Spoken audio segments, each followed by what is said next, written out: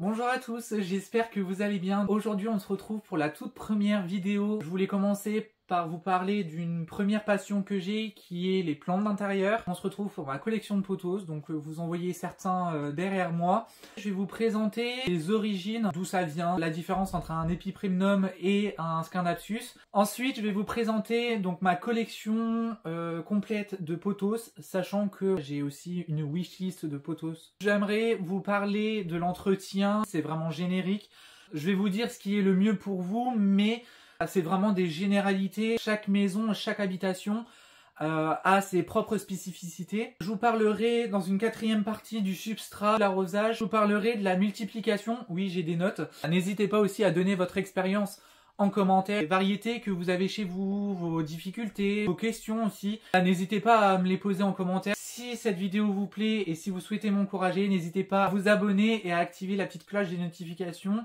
Il y a, on va dire, deux familles chez les pothos. Il y a les Epipremnum et les Scindapsus. La différence entre les deux, c'est les Epipremnum, ils ont plusieurs ovules dans la fleur femelle et les Scindapsus, ils ont qu'un seul. Au niveau des Epipremnum, il y a les Epipremnum Pinnatum et les Epipremnum Aureum. Ce sont des plantes tropicales qui viennent principalement du Pacifique et d'Asie du Sud-Est. Ce sont des plantes qui, dans la nature, sont grimpantes et on les appelle des plantes épiphytes parce qu'elles ont des petites racines aériennes qui en fait leur permettent de s'accrocher au tronc d'arbre et d'atteindre les sommets pour pouvoir avoir de plus grosses feuilles, avoir plus de luminosité.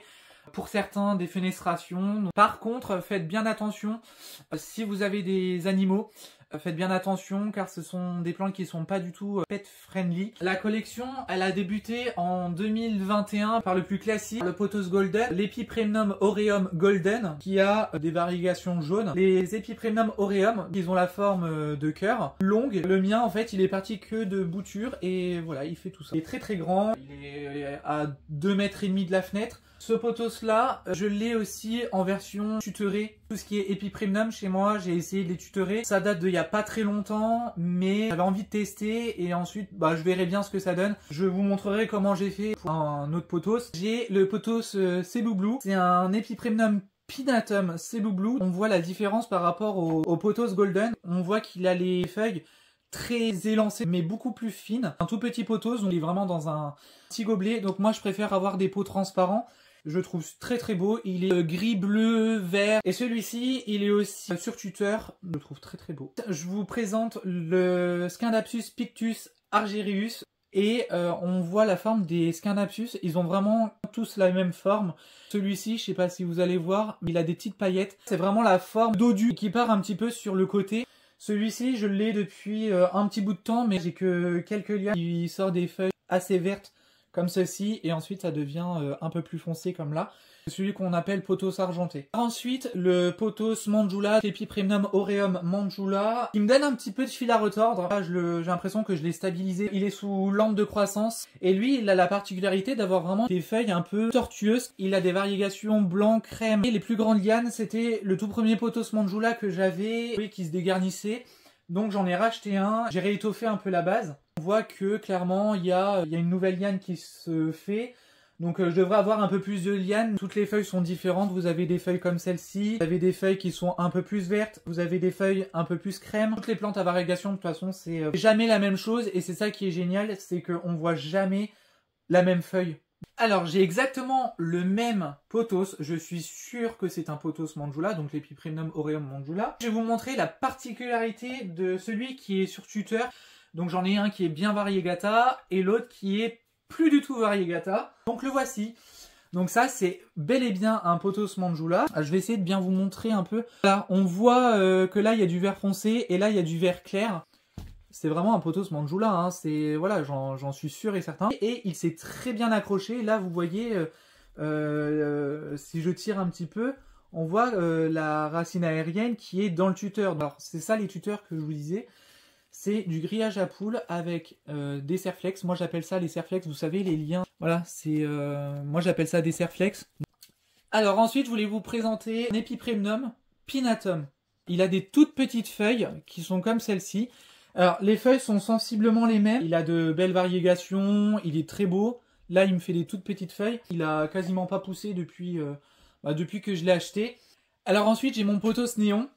Alors le pothos néon c'est un Epipremnum aureum néon. Je savais pas si j'allais l'aimer ou pas parce que je me suis dit bon bah voilà une plante jaune verte voilà ça me faisait un peu peur et je me suis dit au final bah je tente mon coup. Il pousse plutôt bien. Alors je sais pas si vous allez le voir, bah normalement oui, mais voilà il me fait ça. Voilà je sais pas pourquoi comme celle-ci et on voit les pousses d'hiver donc la pousse d'hiver ça c'est plus vert. Et la pousse d'été, c'est un peu plus jaune. Donc ce qui est bien, c'est que voilà, quand on les met l'un à côté de l'autre, on voit que c'est pas du tout la même teinte. Cette petite différence-là, en fait, bah, je trouve que bah, c'est super joli et ça me fait l'aimer encore plus, quoi. Je l'aime bien, il est très facile d'entretien, donc j'ai eu aucun problème avec lui. Je voulais vous présenter mon Scanapsus exotica. Alors là, normalement, vous allez bien voir qu'il y a des petites paillettes. Malheureusement, j'ai que quelques lianes, je dois en avoir 3-4. Mais en vrai, je trouve qu'il passe bien, hein, même si il est pas très touffu, je pense qu'il passe bien. En plus, il a quelques lianes. Alors, il a des lianes un peu tortueux, comme celle-ci. Mais franchement, ça me choque pas du tout. Alors, les nouvelles feuilles, assez claires. Et ensuite, les feuilles deviennent matures. Les feuilles deviennent beaucoup plus foncées. Et sont très très jolies. Franchement, je sais pas vous, dites-moi en commentaire. Mais moi, je les trouve vraiment magnifiques. Alors ensuite, je voulais vous présenter mon Pothos Marble Queen. Donc vous voyez qu'il pousse très très bien. Alors lui par contre, il a une liane qui est devenue toute verte. Il a réversé. Bon après, tant pis, c'est pas grave. Hein, je ne lui en veux pas. Donc c'est comme le Pothos Golden. Hein, vous voyez, c'est la même feuille. La même forme de feuille, pardon. Et voilà, donc il est panaché. Alors le mien, il est pas très très panaché. Hein. Donc très facile d'entretien aussi, c'est un basique. Ensuite, j'ai un bébé, donc c'est une bouture que j'ai récupérée, c'est un Epipremnum pinnatum, donc le vert classique. Au début, je pensais vraiment que ça allait être le Cebu Blue. La couleur est... Alors, on pourrait dire que la couleur est similaire, mais vous voyez, la couleur, elle est plus foncée sur celui-là que sur celui-là. Donc voilà, donc ça, ce n'est pas un Cebu Blue, c'est juste le pinnatum classique. Qui est sous lampe horticole. Et pour finir, je voulais vous présenter mon chouchou, je pense. C'est le Scanapsus Trubby Moonlight de favori. Il est magnifique, je le trouve merveilleux. Il est très très lent à pousser. J'ai acheté 2 pots de Scanapsus. C'est magnifique. Je le trouve magnifique. Les feuilles sont magnifiques. Comme les autres, il sort des feuilles claires. Et ensuite, quand elles deviennent matures, elles sont plus foncées. L'arrosage se fait lorsque le terreau est sec sur plusieurs centimètres. Vous pouvez exposer vos plantes un peu partout chez vous. Il n'y a pas vraiment d'emplacement idéal, mais voilà, vous pouvez le mettre un peu partout. Pour l'arrosage, vous pouvez laisser sécher le substrat sur quelques centimètres. Donc forcément, en hiver et en été, ça va sécher un peu plus vite qu'au printemps et en automne. Et il faut vraiment que vous fassiez attention à qu'il n'y ait pas d'eau dans la soucoupe. Il y a un bon indicateur qui permet que la plante a besoin d'arrosage. C'est que les plantes, en fait, elles vont se recroqueviller. Elles vont être un petit peu floppy, on va dire. Moi, j'appelle ça comme ça, mais elles vont être un peu molles et se recourber un petit peu. Après, pour la luminosité, il n'y a pas vraiment d'emplacement idéal. Vous pouvez le placer n'importe où chez vous, sauf, bien évidemment, devant une fenêtre, si il n'y a pas de voilage et que vous êtes exposé sud. Si vous êtes exposé nord, est ou ouest, quand c'est plein nord, voilà, vous n'avez pas forcément besoin de voilage. Mais par contre, quand vous êtes exposé est ou ouest, ce qui serait bien, c'est de mettre un voilage pour éviter que le soleil ne brûle les feuilles. La température idéale, c'est bien évidemment entre 18 et 25 degrés. Au niveau de l'engrais, ce que je peux vous conseiller au niveau de l'engrais, c'est de leur apporter de l'engrais une fois tous les 2-3 arrosages, pour leur apporter vraiment les nutriments qu'ils ont besoin. Pour le rempotage, il se fait principalement au printemps et en été. Après, si vous voyez que votre plante elle souffre, vous pouvez le faire n'importe quand dans l'année. Il est possible que les pothos n'ont pas besoin, et ça c'est valable pour toutes les plantes, n'ont peut-être pas forcément besoin d'avoir un pot plus grand. Il est possible qu'elles n'ont pas colonisé le pourtour, on va dire, du pot. Donc là, ce que vous pouvez faire, c'est quand vous rempotez dans le même pot.